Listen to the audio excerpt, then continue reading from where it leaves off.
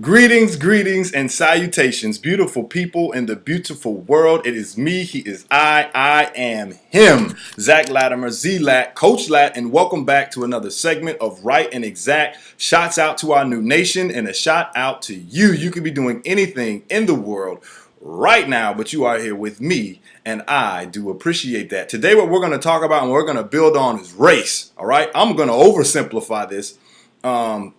But I know this can be somewhat of a challenging thing to talk about because one, some people just don't like to mess up their money, or two, people get their emotions so involved in it that they're not able to look at it or use any logical or critical thinking when they start to bring up this whole thing about race. All right. So before we get started, I want to make this note. When I'm gonna say black, and I'm not referring to black as a color, I'm referring to it as a consciousness, okay? But for all intents and purposes for this, you can use it to follow along as a color, so be it, all right? So I'm going to use football. Football is my background. I used to be an athlete. Well, I still am an athlete, but I used to play football, and I'm going to help to elucidate a point by using that and merging the two, okay? So in football, one might choose a team, or you go to a different school. They'll fly you out, and you look around at the school. You look at the history of the school, the rich tradition that they have of a school. You look at the colors of the school, and you look at the mission of that school and the mission of yourself, and you see if those two can merge, and you see how you can help that school out, and you see how that school can help you out as well. Okay. Well, how does that correlate to race? In race, you're sitting in Orun or you're sitting in heaven and you're looking down and there's a challenge and there's a problem and you say, okay, you come down and there's a certain race has a certain tradition, they have a certain history. You look at what is your mission and the mission of that race and you say, how can I help that race out? So when you pick a team, you pick a color, you pick a school, you pick a race. And when you come down here, well, then that's what you're going to do. But it's not for you to sit there and look at the past and get stuck on it, because if you get stuck on the past, then you're not going to progress to the future. So you can get stuck on some pyramids. You can get stuck on some statues. You can get stuck on all of that. But then that's not going to help you actually to progress. It's a shot for self-worth, but not going to help you for your self-esteem. So once you make your decision, then you start to move forward in your preparation and practice. So in preparation and practice in football, that means that you're going to go through summer workouts, you're going to go through spring practice, you're going to go through winter workouts, and you have two-a-days, all that leads up into preparation to play a game, okay? So once you're going through that, you see what you got. You see what you're made of, you see what the other people that you have around you are made of, and you see who's really putting that time, energy, and effort in to identify who really is on your team. And if you can't identify who's on your team, then you got to assume, one would think, that if you're not playing with us, you're playing for a different team. Okay, so how does that look like in race? Well, in race, one then is born into a situation, and that situation is going to help you prepare that mission that you're on. You got to go through certain things in order to start to solve certain problems. Not for you to complain about it, but you got to go through it. And once you start to put the studying in, you put the time and the energy and the effort in for yourself and the other people, you're able to identify and see who is on your team. Now, I know a lot of people might say there's only one race, but the human race. Okay, there's a divine in me, but then there's a bunch of different subdivisions that come underneath that. Everybody doesn't look differently for no reason at all right? So we can sit there and play that game, or we can sit up here and play this game of, well, I don't see color. Some people don't have the luxury not to see color. So we can play that game too. Again, we got to remove your emotions from it, and we got to look at this from a logical perspective, okay? So once people start to identify themselves and identify to see who is on their team, then you're able to identify now what can be used against you. Because even at this sense, a lot of times I hear a lot of black people in general who say, black people can't be racist. Racist means power, and black people are not and don't hold no power, so therefore they can't be racist.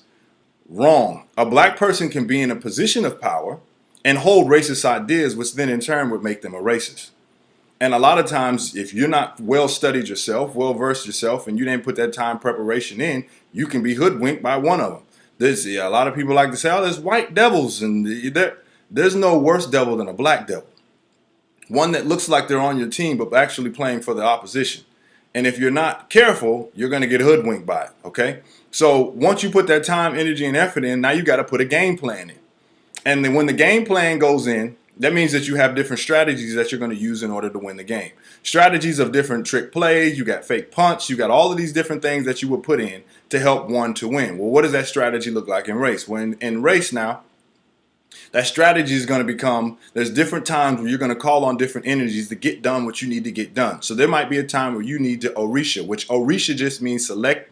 Ori is your head, and Shub just means selection. So you're going to have a selected consciousness in order to get done what you need to get done, which now you would call on the energy of Ogun, you would call on the energy of Shango, or you would call on the energy of, let's say, an Oshun, because there's different things, different situations that one would need to call on in order to get done what they need to get done. Okay, that's the game plan that goes in. So then you have, it comes to the game.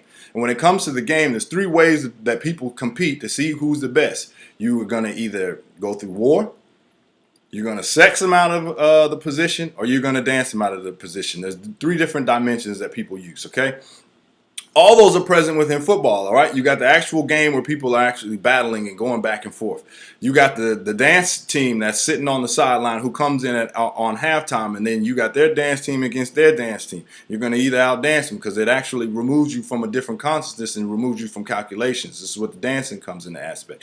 Or you can outsex somebody, which this actually happened when I was in high school. A team scheduled us for a homecoming game, and when they scheduled us for a homecoming game, it was basically a sign of disrespect. We think we can beat you in your easy feet. Well, my coach had up underneath one of his shirts talking about, we're going to dance with your dates. So in a sense, after we whoop your butt on the field, we're going to take your women.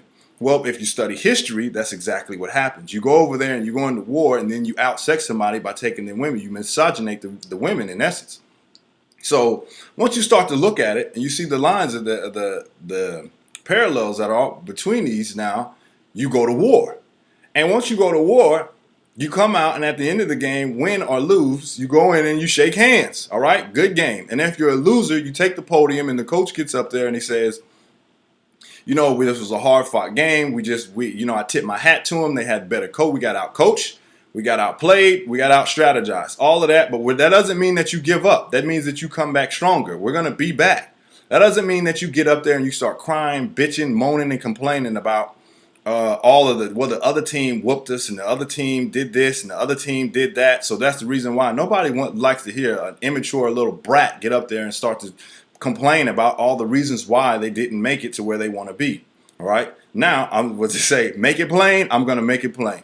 Too many black people get promoted or hold high positions in high regard because they're able to talk about how much they got their ass whooped. And I'm talking about black people in specific. How many times do people get up there and start talking about what somebody else has done to you, what other strategies they have done to you, and you don't have any strategies of your own?